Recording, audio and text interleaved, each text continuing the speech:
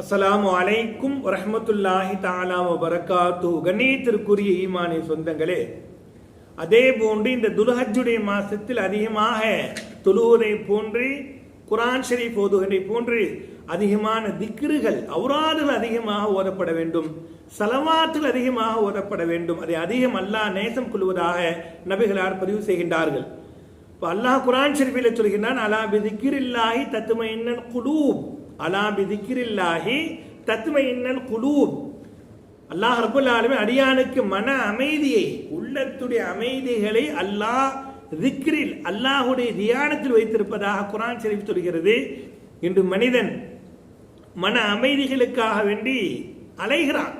எங்க போனா மனசு அமைதியா இருக்கும், மனசனுடைய அந்த ரிலாக்ஸான வாழ்க்கைக்காக வேண்டி தேடி திரிகிறான். குர்ஆன் சொல்கிறது, அல்லாஹ் ரப்பல் ஆலமீன் சொல்கிறான், என்னுடைய திக்ரின் மூலமாக உங்களுக்கு மன அமைதி, உங்கள் உள்ளத்திற்கு மருந்தை அல்லாஹ் திக்ரில் வைத்திருப்பதாக அல்லாஹ் குர்ஆன் ஷரீஃபில் சொல்கிறான். இந்த துல்ஹஜ் மாசத்துடைய முதல் பத்தில் அதிகமான திக்ரின் மூலமாக அல்லாஹுடைய இறை நெருக்கத்தை பெறுகின்ற தௌஃபீக் வல்ல ரஹ்மான் நம் அனைவருக்கும் தருவானாக. அஸ்ஸலாமு அலைக்கும் வரஹ்மத்துல்லாஹி தஆலா வபரகாத்துஹு.